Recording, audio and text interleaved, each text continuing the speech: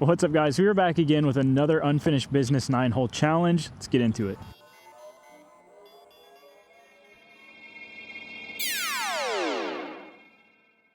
So we are back with another unfinished business weekly challenge. This time we have got one mid-range out on the course, and I'm going to use the brand new Birdie Rise. This may not look exactly brand new because this disc is so good. I've been using it a ton in my bag, but wanted to get a video for this disc. This video is going to be unhinged. I'm on lunch right now. It's like noon on a Monday, fresh off a trip to Sonic. I have no idea what's going to happen. Maybe an ace. Let's see. 250 straight ahead. Got a little bit of wind. Going to put some Annie on this to stay away from the OB road to the left. And first throw of the day.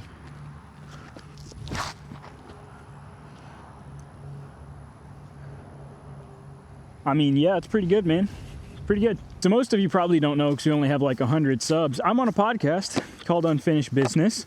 And we've started doing like weekly challenge rounds for those of us that are also in the Unfinished Business Discord. So go listen to the podcast, go join the Discord, and we are using the data from everyone that participates in the challenge in a weekly little guessing game, trivia game. I'm going birdie only this round, by the way. Rise, Marvel. I am going to use my putting putter. Trying to putt with a Nexus last time, did not go great. Speaking of things that didn't go well with the Nexus last time, this forehand just needs to go through this gap, finish right, and not in the bush.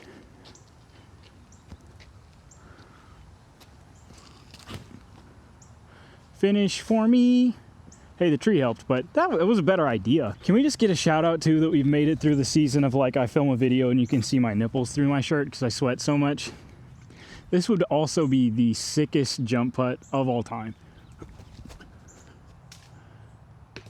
They didn't go in, spoiler alert. I'm usually a Sonic every time after the round guy, but I was so hungry leaving I just had to get something. What's your go-to like post-round little treat? Everybody needs a little treat. Going very artsy angle for this tee shot. I just ran into a tree. A little treat for me would be an ace with the Rise. Really loving this disc. Headwind. That was just very straight. So the Rise, I think, is listed with flight numbers 5402. I can double check that in a second, but it feels a lot like a beadless, kind of thinner profile MD3 to me. And it's got a little touch stability, more than an MD3. You can see it's got that nice little thinner beadless profile. I don't know what Birdie's calling this premium plastic, but it feels incredible. My dream is to have one that just finishes flat, kind of beat the left finish out of it. Really just like it flew in that headwind, just not into a headwind. And then get a new one that still has this finish that I'll showcase on this par 4.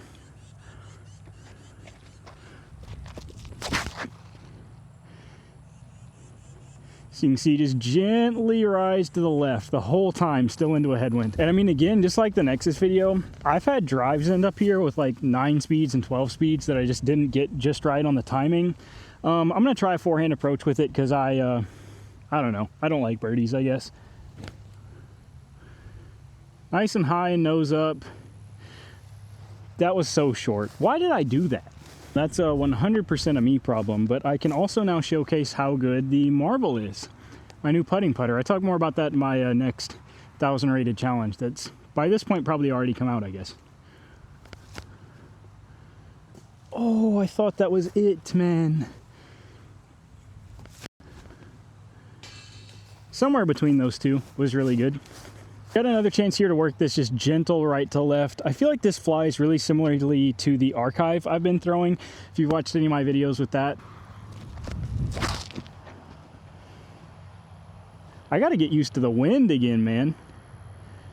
Is that just like so far? Just absolutely ignorantly close to missing the Mando here, but that means I get to throw another forehand cut roller. Had a good left to right wind that stopped me from finishing there, and I just, we had a very calm summer, so I'm not used to playing in the wind.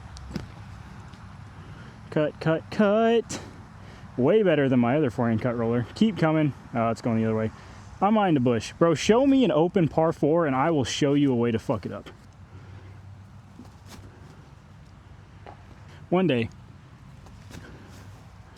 One day! Just like last time, only the numbered 9 holes are going to count for the challenge, but I'm going to play all 12 because I'm out here and why not. I've actually really been looking forward to throwing this disc on this hole to see if I can get it to hold the turn all the way over. So, let's see what happens. That's a good angle. Yeah, it'll hold the turn. Started fighting out mid-flight, which I expected, honestly, a little bit sooner. That was a really good flight. There definitely is some wind out here affecting the flight, but I also think in the past 2 weeks, like I said, I've been throwing this thing a ton. I do think I've gotten it noticeably more neutral than it was when I first got it. We're just gonna forget that first putt happened. Hey. Come on, bro. I don't ask for a lot, but an ace right here or on hole 6 would be so sick. You get so many views. Oh, I thought I hit that power line. If you give it hyzer, it'll hold hyzer. I think that's just behind it. See if I'm close enough for a rise putt.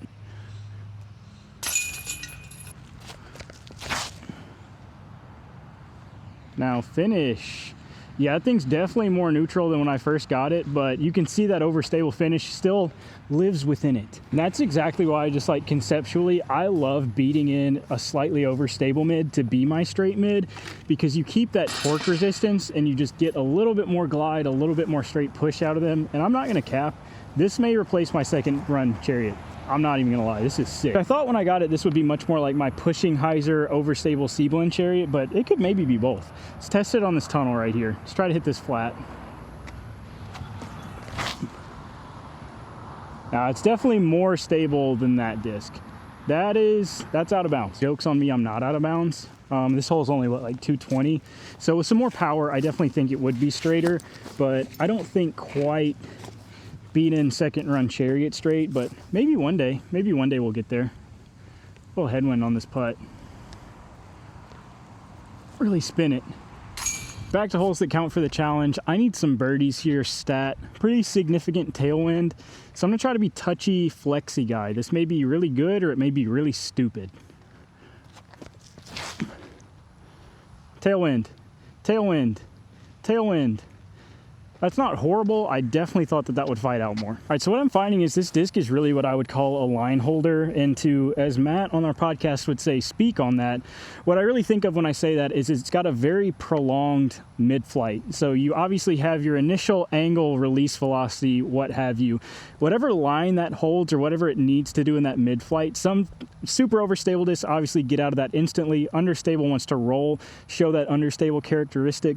What I call a line holder, or a disc with a super long mid-flight, really just wants to be neutral and hold whatever you give it. So really cool disc, honestly. Got some good overstability to it, but again, that mid-flight is super long. I need to make a tailwind putt here. Get it there, you loser. I'm bad. It's time to pretend that I have a hyzer flip forehand with a mid-range. Oh, actually,